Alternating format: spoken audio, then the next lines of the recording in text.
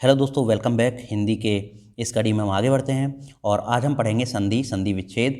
बहुत ही डिटेल में पढ़ने वाले हैं, यानी कि इस वीडियो को देखने के बाद में आपका डेफिनेटली कोई भी डाउट संधि से संबंधित नहीं रहेगा। बहुत ही तेज़ी से थोड़ी स्पीड बढ़ाएंगे भाई, क्योंकि समय को हमें ज़रूर मैनेज करके चलना चाहिए। तो स्पीड थोड़ी अच्छी रहेगी वीडियो में। और यदि सभी भाई बहनों और गृहिणियों ने अभी तक अन्य वीडियोज़ जो चैनल पर नहीं देखे तो उनको आप ज़रूर देख लीजिए। हिंदी की प्लेलिस्ट में आप जाइए, वहाँ पर आपको बहुत सारी वीडियोज़ मिलेंगी और अन्य सब्जेक्ट के लिए भी अलग अलग प्लेलिस्ट बनी हुई हैं, उन सबको आप ज़रूर देखिए। और ये सब आप ही के लिए बहुत सारी मेहनत की गई है। हमको जो ज़रूर कमेंट बॉक्स में बताया करो कि आपको ये वीडियो कैसे लग रहे हैं। और मित्रों, बिल्कुल बिना समय गवाए हम आगे बढ़ते हैं। संधि होती क्या है? संधि विच्छेद दो वर्णों के मेल को संधि कहते हैं। बहुत ही आसान डेफिनेशन है। संधि उन दो वर्णों में होती है जहाँ प्रथम शब्द का अंतिम वर्ण तथा द्वितीय शब्द का प्रथम वर्ण मिलता है। यानी कि जैसे देव है, देव का अंतिम वर्ण व, और दूसरा जो शब्द है वो है आलय, आलय का आ। तो यहाँ पे आप देखिए, जो देव है मित्रों, एक बात मैं आपको बताता हूँ कि जैसे प है तो इसमें जो प को कैसे लिखते हैं? प आधी प प्लस ए, यानी इसमें जो ए है वो छुपा हुआ है ना। ए जो है इसमें मित्रों वो क्या है? छुपा हुआ है। यदि मैं लिखता हूँ माँ, मैं, तो ये माँ है, माँ है। तो ये माँ जो बनेगा कैसे? आधी माँ, माँ प्लस आ से मिलेगा, है ना। तो इसमें हर किसी में जो भी आप जानते हैं, जितने भी हिंदी में आप का कबूतर से गैज्ञानी तक पढ़ते हैं, ऐसे अनार से गैज्ञानी तक पढ़ते हैं, वो सब में जो है पीछे ए छुपा रहता है। जैसे कि मैं अगर कहीं पे मैं बे लिखता हूँ, बे, तो इसका अर्थ है कि इसमें एक आधा बे है और पीछे एक ए लगा हुआ है। सिंपल है बिल्कुल एकदम। चलिए अब आगे बढ़ते हैं, अब आपकी समझ में आ जाएगा। जो देव में देव वे है वे, तो इसको भी कैसे लिखेंगे? आधा वे और प्लस में ए। जब हलंत लग जाता है तो आधा हो जाता है। मान लीजिए कि मैं कै लिखता हूँ, कै तो हो गया ऐसे, लेकिन अगर मैं ये लिखूँगा ना, ऐसे हलंत लगा दूंगा नीचे, तो इसका मतलब है कि ये जो हलंत ये आधा कै है। तो जो कै है वो कैसे बना हुआ? एक तो आधे कै प्लस ऐसे मिल के बना हुआ है ना। हमारे पश्चिम उत्तर प्रदेश में तो ये ऐसे ही बोला जाता है, लेकिन जो पूर्वी उत्तर प्रदेश में कै नहीं बोला जाता, वो का बोला जाता है। पहले से ही उनका उच्चारण शुद्ध होता है। हमारा उच्चारण शुद्ध नहीं होता, हम तो इसको कै बोलते हैं, जबकि ये का होता है, का। यानी कि ये का है और इसमें क्या जुड़ा हुआ है? का यानी कै, यानी कि हलंत और प्लस ए जुड़ा हुआ है। तो इसको आप जो समझ लें, पश्चिमी यूपी वालों के लिए खासतौर से, बाकी तो पूर्वी उत्तर प्रदेश में बेहतरीन तरीके से वो लोग बोलते हैं। तो यहाँ पे देखें देव आलय, तो देव में ए छुपा हुआ है और आलय में आज से शुरुआत हो रहा है। तो देव के पीछे क्या है? ए है, और यहाँ पे देखिए आलय है। तो यहाँ पे ए और आ मिल के क्या बनेगा? आ बन जाएगा, ठीक है। और ये जो है दीर्घ स्वर एक बन जाता है। ये जो आ है ये क्या है? एक दीर्घ स्वर ही तो है, ठीक है ना। और ह्रस्व स्वर कौन से होते हैं? इसको मैं क्लियर कर देता हूँ। आ, ई, ऊ और रे से ऋषि, ये जो आई और है ये सब ह्रस्व स्वर हैं। और इनके अलावा बाकी शब्द जो हैं वो दीर्घ स्वर आएंगे, जो भी बड़ी बड़ी मात्रा आएंगी। आ हो गया, बड़ी ईक हो गया, है ना, आऊ हो गया, आऊ हो गया, ओ हो गया, ये सब जो है क्या है? दीर्घ स्वर में आएंगे। और ह्रस्व स्वर केवल आई और हैं। यहाँ पे संधि के प्रकार पढ़ते हैं अब हम। संधि तीन प्रकार की होती है मित्रों। स्वर संधि होती है, व्यंजन संधि होती है और विसर्ग संधि होती है। इनको हम सबको जल्दी जल्दी डिटेल में पढ़ते हैं। और इस वीडियो को देखने के बाद में डेफिनेटली आपका एक भी प्रश्न बचेगा नहीं। चाहे आप किसी भी परीक्षा की तैयारी कर रहे हैं, चाहे वो पीएससी की कर रहे हैं, यूपी पीसीएस की कर रहे हैं, चाहे आप जो यूपी ट्रिपल एससी की कर रहे हैं, चाहे अदर स्टेट के एग्जाम्स की कर रहे हैं जिसमें हिंदी सब्जेक्ट आता है, तो डेफिनेटली संधि से आपका संबंध, जो प्रश्न नहीं छूटेगा किसी भी कीमत पर, इस वीडियो को देखने के बाद में। तो मित्रों, हम सबसे पहले स्वर संधि को पढ़ेंगे। स्वर संधि जहाँ पे पहला शब्द का अंतिम वर्ण स्वर हो तथा द्वितीय शब्द का पहला वर्ण स्वर हो, तो वहाँ पे स्वर संधि होती है। जैसे विद्यालय, विद्यालय में जो पहला शब्द है उसका पीछे क्या है? आ है, और आलय में भी पीछे क्या है? आ है। तो आ और आ मिलकर क्या बन जाएंगे दोस्तों? आ। तो ये स्वर संधि हो जाएगी। स्वर संधि के भेद हम जानते हैं। स्वर संधि जो पहला जो होता है वो होता है दीर्घ स्वर संधि। तो दीर्घ स्वर संधि में क्या होता है मित्रों, कि जहाँ पर पहला शब्द का अंतिम वर्ण दीर्घ हो या लघु आए, तो वहाँ दीर्घ स्वर संधि होती है। जैसे कि पहला जो है या तो दीर्घ आ जाए या लघु आ जाए, है ना। देखिए दीर्घ भी आ रहा है और लघु भी आ रहा है, ये दीर्घ भी आ रहा है, लघु भी आ रहा है। तो यहाँ पे जो कैसी होती है? दीर्घ स्वर संधि आती है। हमेशा बड़ी मात्रा बनेगी, बड़ा बड़ा मात्रा बनेगी। ए और आ मिलेगा तो आ बनेगा, ए और ए मिलेगा तब भी आ बनेगा, आ और आ मिलेगा तब भी आ ही बनेगा। और बड़ी से बड़ी ई मिलेगी तो बड़ी ई मिलेगी बनेगी, और बड़े ऊ से बड़े ऊ बने मिलेगा तो बड़ा ऊन ही बनेगा। या छोटे ऊ से भी अगर ऊन मिलेगा तो क्या बनेगा? बड़ा ऊन ही मिलेगा, यानी बड़ी मात्राएं मिलेगी। आगे जैसे हम पढ़ते हैं उदाहरण। बहुत जल्दी से फिनिश करते हैं। वाचनालय, तो वाचन में आले जोड़ेंगे, तो मैंने बताया था न के पीछे एक ए चिपका हुआ है, ए चिपका हुआ है वो आले के आ के साथ चिपकेगा तो बड़ा आ ही बनाएगा। जब बड़ा आ बनाएगा तो वाचन, तो आ की मात्रा लग जाएगी, वाचन के बाद में एक आ की मात्रा लग जाएगी और ये वाचनालय बन जाएगा। ठीक है, तो वाचन के पीछे एक आ की मात्रा लग जाएगी, है ना, ये आ की मात्रा ही तो है, तो न के पीछे एक डंडा लग जाएगा और आले बन जाएगा, ये वाचनालय बन जाएगा। वीर अंगना, तो वीर, वीर प्लस अंगना, तो देखो वीर में ए पीछे है और यहाँ पे भी देखो अंगना में ए है, तो ए और ए मिलके आ बनाता है तो वीरांगना बना देता है। फिर क्या बन जाती है, आ का डंडा लग जाता है, सिंपल है। अतीब, तो अति में ये छोटी की मात्रा है और ये देखो ईव में ये जो बड़ी मात्रा होगी, तो इस तरह से छोटी की मात्रा और बड़ी की मात्रा मिलके क्या बनाए, बड़ी की मात्रा बना देंगे, तो ये भी दीर्घ स्वर संधि हो जाएगी। परम और अर्थ, तो देखिए मैं पीछे ए है और अर्थ में पहले ए है, तो ए और ए मिलके क्या बना देंगे, आ बना देंगे, क्या बना देंगे, आ। यहाँ पे आप ध्यान रखें आ बनेगा यहाँ पे, तो देखिए आ का डंडा लग गया, परमारथ बन गया, है ना। यहाँ पे देखिए महेंद्र, तो मही में जो बड़ी की मात्रा है और इंद्र में छोटी की मात्रा है, तो बड़ी और छोटी की मात्रा मिलेंगी तो बड़ी की मात्रा बना देंगे। तो ये जो महेंद्र जो बना हुआ है दोस्तों, इसको तो आप सही कर लें, ये ऐसे बनेगा, बड़ी की मात्रा बनानी है आपको, महेंद्र, यानी कि जो दीर्घ स्वर संधि होती है ना उसमें बड़ी की मात्रा आपको देखने को मिलेगी सभी जगह।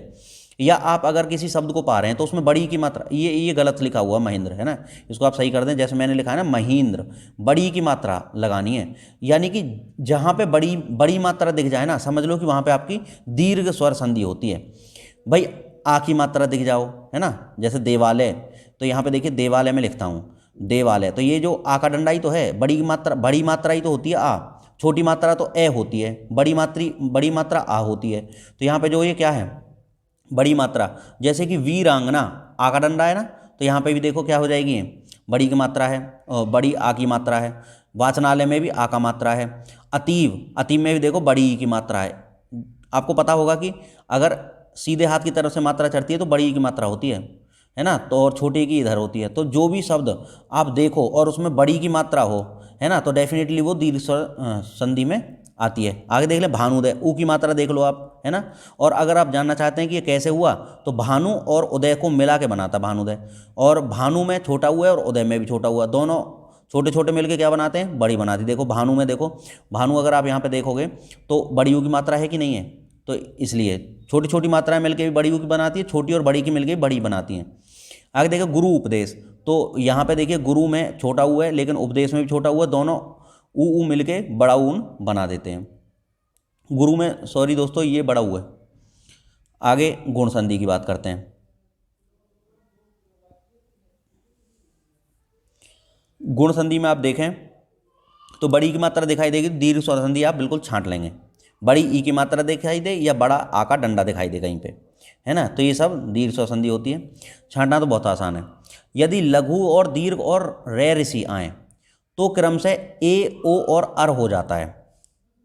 ठीक है गुण संधि को पहचानने की मैं आपको बात बताता हूँ। यदि आपको कहीं पे एक मात्रा दिखाई दे, जैसे नरेंद्र में ए की तो मात्रा है रे पे ऊपर, सूर्योदय में ए की तो मात्रा है, तो इस तरह से अगर दिखाई दे ए की मात्रा लगे या ओ की मात्रा लगे, है ना, लेकिन हो ए की ऊपर, तो ये जो क्या होती हैं गुण स्वर संधि होती है। अच्छा दूसरी बात, रे ऋषि का भी चक्कर काट लेते हैं। ये जो रे ऋषि है ना, रे ऋषि का अर हो जाता है, जैसे मैं आपको यहीं पे बता देता हूँ महर्षि, है ना, ये महर्षि है जैसे, तो महर्षि में मह अरसी बन जाता है, मह अरसी, तो अर लगा हुआ है इसमें महर्षि में। जब भी आपको इस तरह की मात्रा दिखाई दे ना, रे ऋषि पे इधर से 66 कोण पे इधर से, तो ये अर बन जाता है रे ऋषि का, है ना, सिंपल एकदम।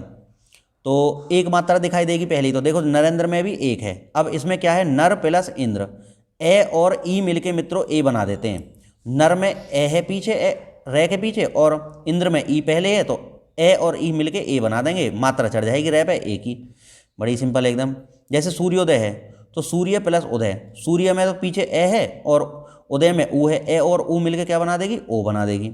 महोत्सव है तो महा और उत्सव यानी आ और ऊ मिलके ओ बना देती है।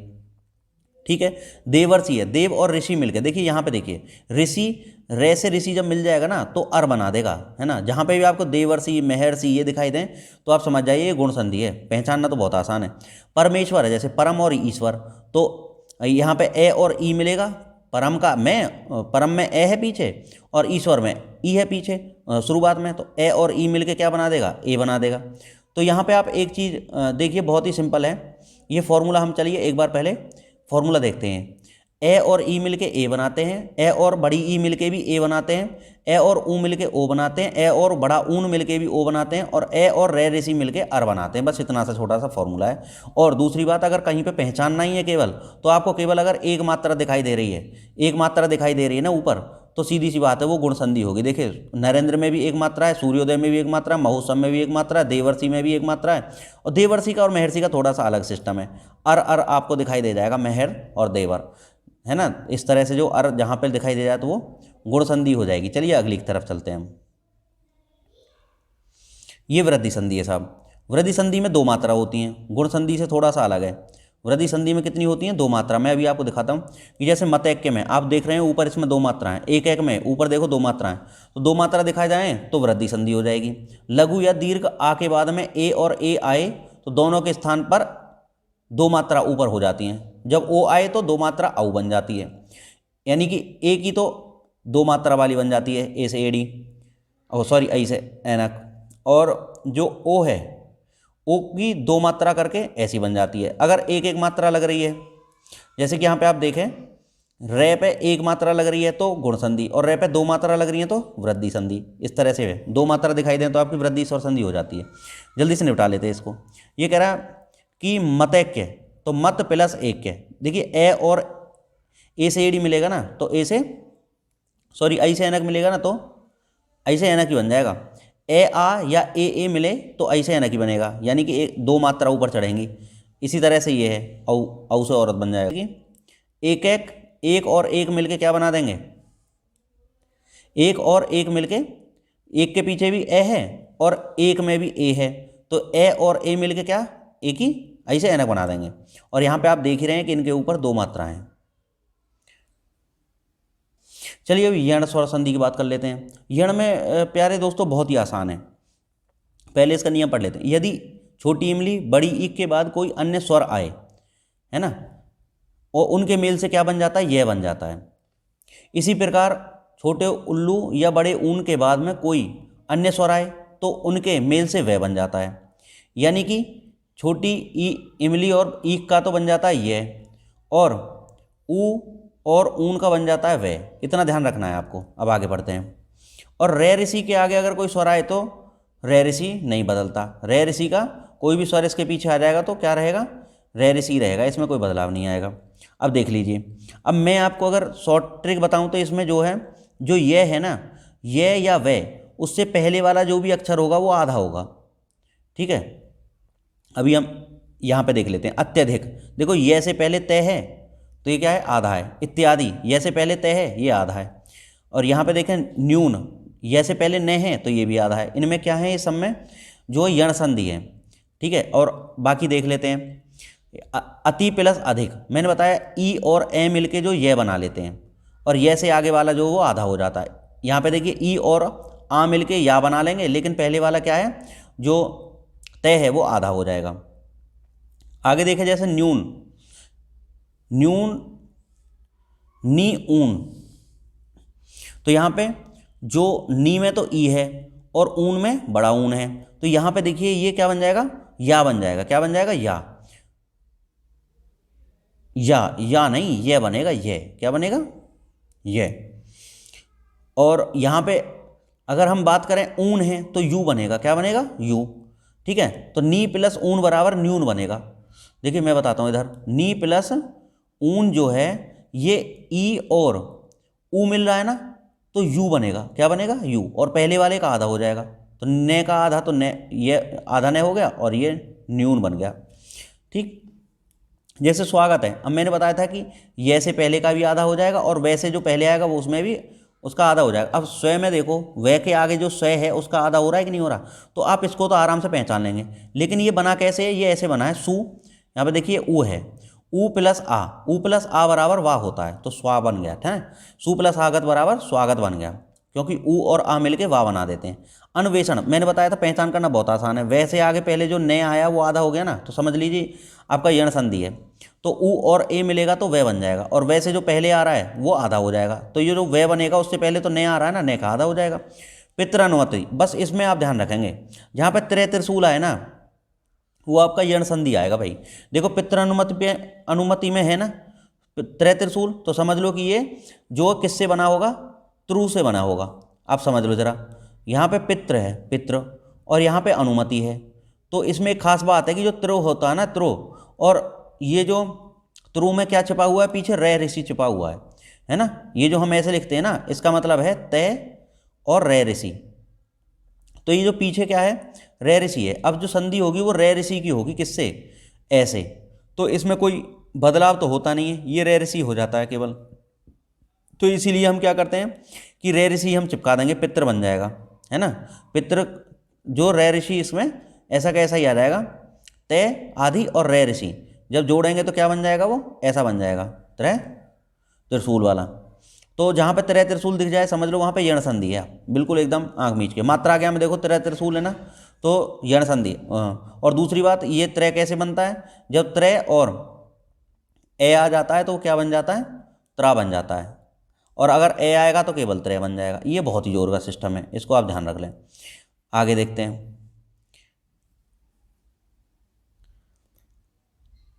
अब हम अयादी संधि पढ़ेंगे। अयादी संधि भी बहुत आसान होती है। अयादी संधि के भी जो नियम है वो बड़ी आसान और सिंपल है एकदम।